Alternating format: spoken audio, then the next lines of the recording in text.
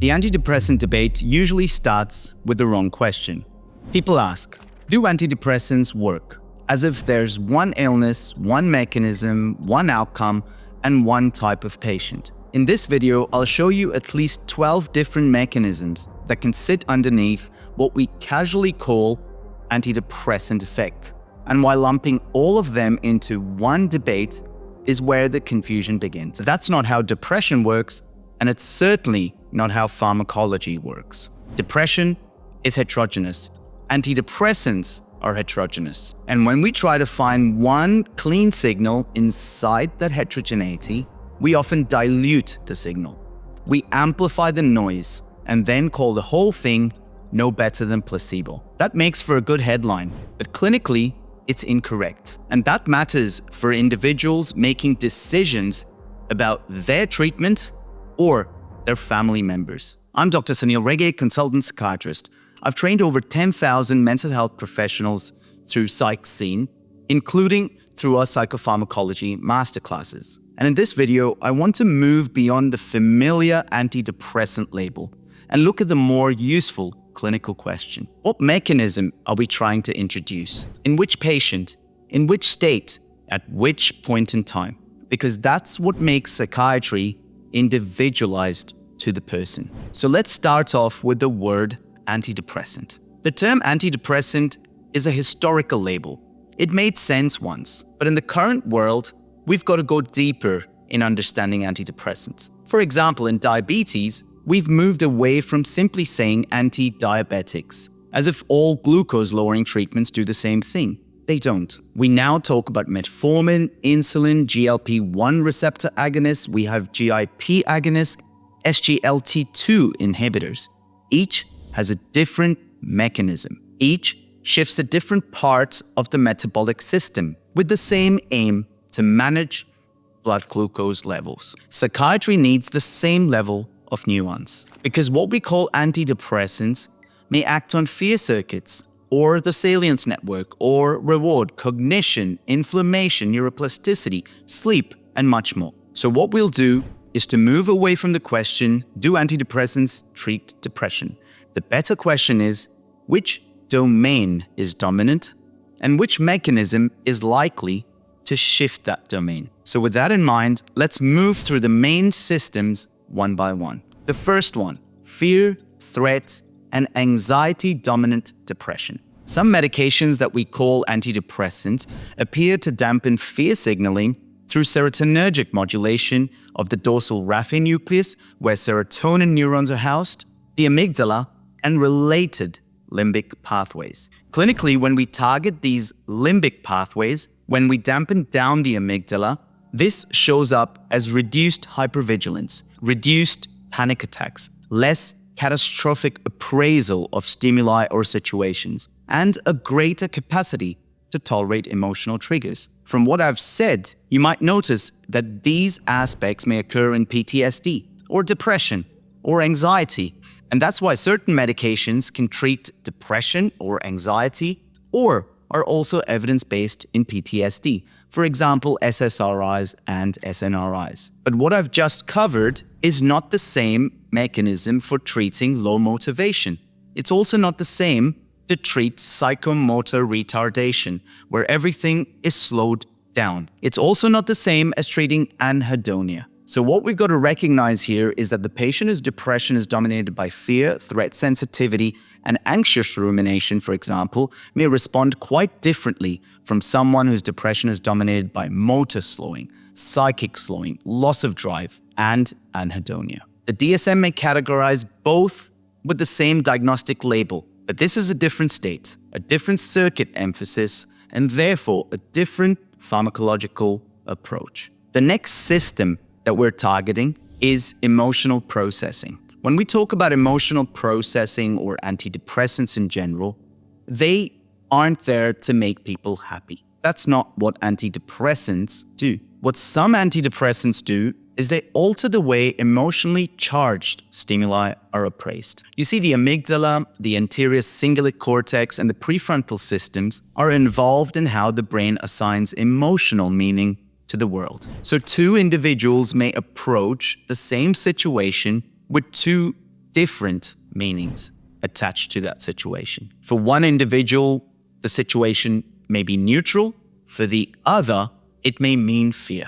This biased appraisal system can make neutral events feel threatening or small setbacks feel catastrophic. For some individuals, the future narrows. In that state, the medication isn't there to make someone happy. That's the wrong expectation. It's there to reduce the dominance of this negative emotional processing so that the individual can engage in psychotherapy or behavioral change, or may restore sleep, or may help with relational repair. So here, the medication, labeled as an antidepressant, is facilitating the individual to get back into life by reducing this negative biased appraisal of situations or circumstances around them. So the target here is not low mood, it's the emotional meaning system itself. The third system, cognition. In clinical practice, cognitive dysfunction in depression is often underestimated,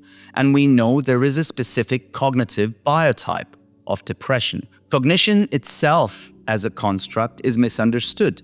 Individuals often think of it as memory or attention concentration. Cognition is broader.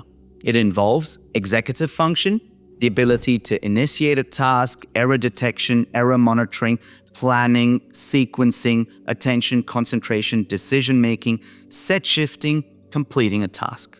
It also involves emotional control, impulse control, and the ability to shift from one negative appraisal to, say, positive appraisal. So the ability to shift appraisal is also a cognitive phenomenon. In fact, this concept is so important that we have a specific course on the Academy for cognition in depression and how to improve this in clinical practice. You can check it out here. Clinically, patients describe poor concentration, slow thinking, indecision, reduced working memory, difficulty initiating tasks, and this makes it really difficult to engage with ordinary day-to-day activities. Now, we know the core systems that are involved in cognition are the noradrenergic and dopaminergic systems, particularly when we think about executive function and effort allocation. So therefore, a medication with noradrenergic or dopaminergic effects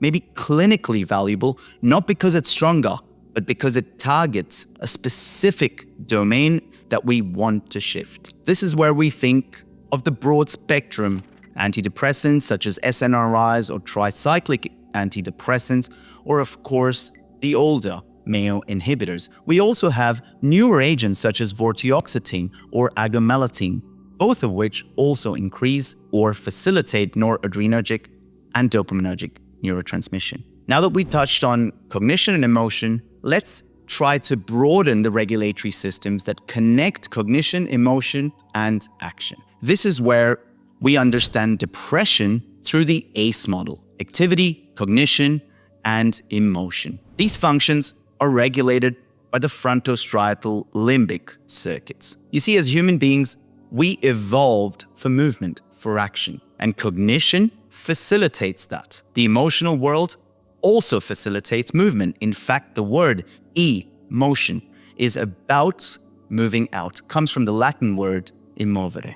Similarly, cognitive circuits developed for movement. To think is to move. So when these systems are impaired, the person may know what they should do, but they cannot initiate it. They may understand that the fear is irrational, but they cannot inhibit the response. They may want to re-engage with life, but the system does not mobilize. So not all depression involves A, C, and E at all times. Some depressions may predominantly present with activity dysfunction, psychomotor retardation or agitation, fatigue, reduced drive, reduced motivation. Some can present with predominant cognitive dysfunction, executive dysfunction, self-referential thinking, a negative self-referential thinking, low self-esteem, loss of confidence, hopelessness, worthlessness, ruminations of guilt or financial ruin, or difficulty with decision-making,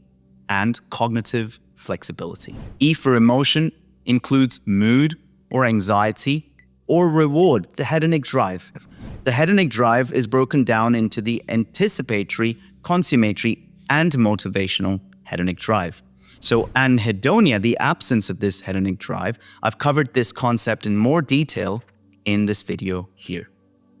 So what I'm trying to highlight is that depression can sit in different parts of these circles, and the clinician's role is to facilitate optimal frontostriatal limbic regulation. Now, because reward drive is such an important component of depression, I want to spend some time on this concept. We'll touch on anhedonia. Some mechanisms primarily affect behavioral activation and reward responsivity. So what is anhedonia briefly? We have anticipatory anhedonia, the inability to look forward to things. We have consummatory anhedonia, where the individual may engage with a particular stimulus, but they are unable to experience pleasure. And when both anticipatory and consummatory hedonic drive goes away, then motivational anhedonia sets in. This is where the individual just can't mobilize towards any reward or towards other stimuli.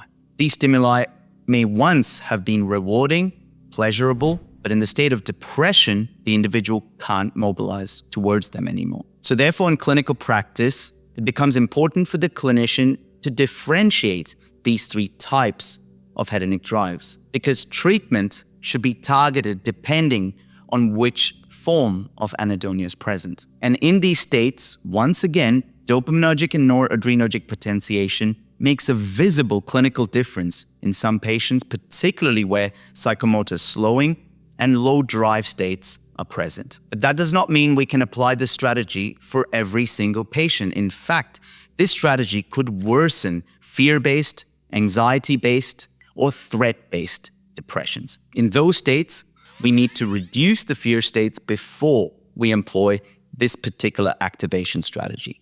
The key message is this: the mechanism must match the state. So we've touched on the neurotransmitter and circuit-based strategies, but we also have neuroplasticity. BDNF, or brain-derived neurotrophic factor, is often mentioned in the context of depression. Many antidepressants as a class help shift the brain from a rigid, locked state into a more plastic state. What does that mean? In simple terms, plasticity or neuroplasticity means that the brain is now open to learning. And within this state, we can now employ a range of strategies, and the brain is more willing or in a state of greater acceptance and movement. So sleep, psychotherapy, relationships, behavioral activation, nutrition, meaning, safety, routine, all of these can now be gradually employed because the brain is less fearful and has the cognitive capacity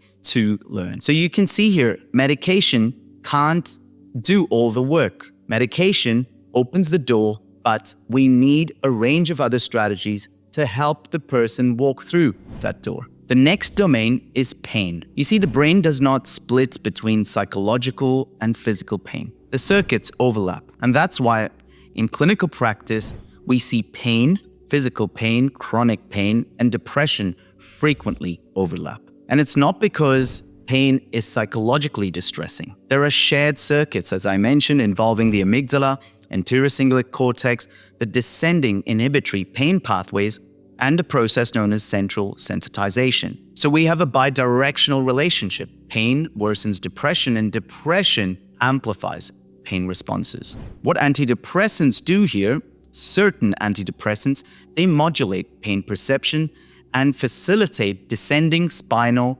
anti-pain systems. Duloxetine, for example, specifically does this, which is an SNRI. Vortioxetine is another multimodal antidepressant, which at higher doses facilitates an anti-pain effect. So when we prescribe an antidepressant in pain, individuals often say, but I'm not depressed. Here it's important to recognize that the antidepressant effect is broad because it helps with modulation of overlapping affective, sensory, pain, and autonomic systems. Beyond pain, we also have inflammation and immune systems. These add another layer. For example, some types of depression present with an illness behavior phenotype. This can be conceptualized as the inflammatory subtype of depression. Here, certain specific symptoms occur that tell the clinician that we may be looking at an inflammatory phenotype. The clinical picture may present with physical fatigue, allodynia, pain on touch,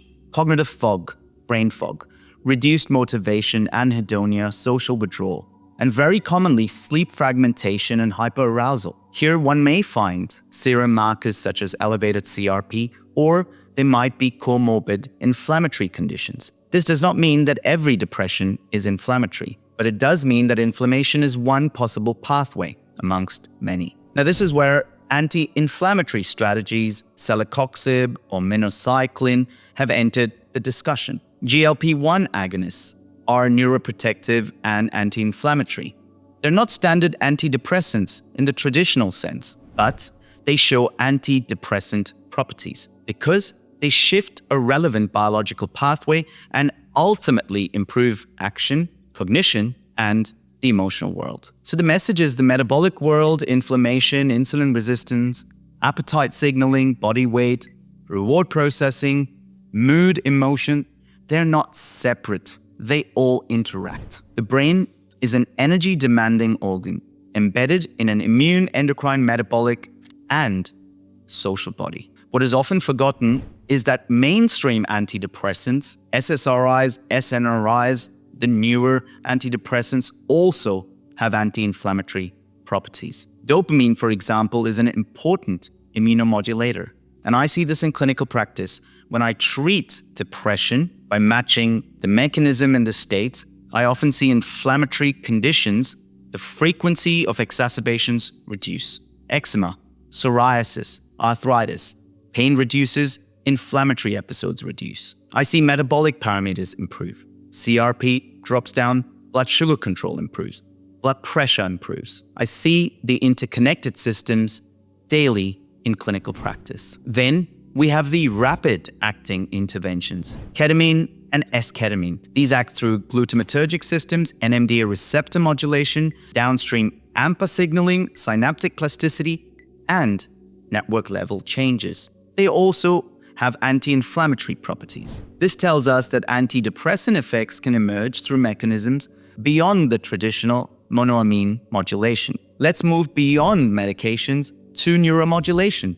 Transcranial magnetic stimulation also has an antidepressant effect, but it's a circuit-level intervention. It targets network function. So you can see here, this forces us to stop thinking of antidepressants simply as pills. So if we take a step back, we can ask ourselves, how can we shift the system? We can do it chemically, electrically. We have ECT, electroconvulsive therapy, psychologically, metabolically, endocrine systems, behaviorally, and relationally. As you can see, this may be a more clinically useful frame. And since I've mentioned endocrine systems, let's cover neurosteroids, neuromechanisms, and of course, psychedelics. Psychedelics such as psilocybin, we have MDMA. These also are antidepressants because they alter emotional processing, prediction, salience, and the rigidity of entrenched priors. More on psychedelics in this video here.